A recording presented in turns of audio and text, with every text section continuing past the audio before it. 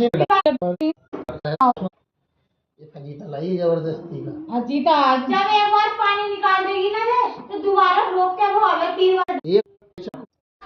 जब से इंसान दुनिया में आया है तब से हमें ऊर्जा की जरूरत रही है और जैसे जैसे समय आगे बढ़ता जा रहा है ऊर्जा की जरूरत उतनी ही तेजी से बढ़ती जा रही है।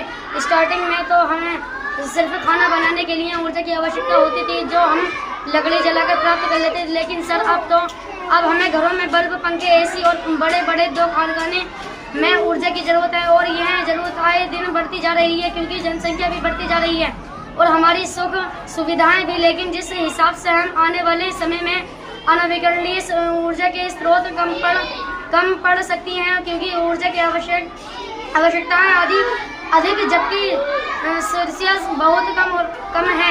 इसी वजह से हम एनर्जी बनाने का एक बिल्कुल अनोखा तरीका लेकर आए हैं। सड़कों पर 24 घंटे वाहन चलते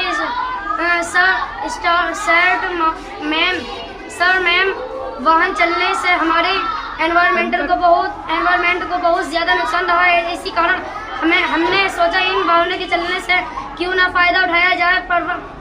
पवन ऊर्जा का उपयोग इन दिनों बहुत तेजी से बढ़ रहा है, लेकिन प्राकृतिक हवा के द्वारा के बार डायरेक्शन बदलने की वजह से इसकी प्रभावशीलता कुछ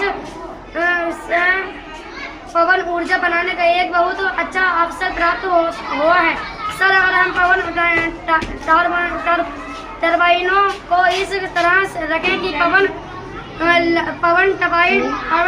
टरबाइन लगातार काम करते रहे तो हमें इससे कभी ना खत्म होने वाली ऊर्जा इलेक्ट्रिसिटी मिल सकती है।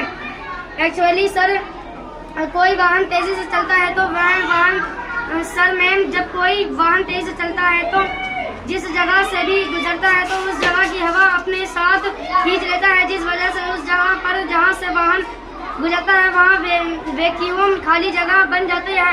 इस खाली जगह को भरने के लिए पीछे से हवा आ जाती है। इस तरह जिस डायरेक्शन में वाहन चल रहा है हवा उसी डायरेक्शन में चलती रहती है। इस तरह सड़क पर लगी पवन टरबाइन लगातार घूमती रहती है और हमें लगातार ऊर्जा प्राप्त होती रहती है।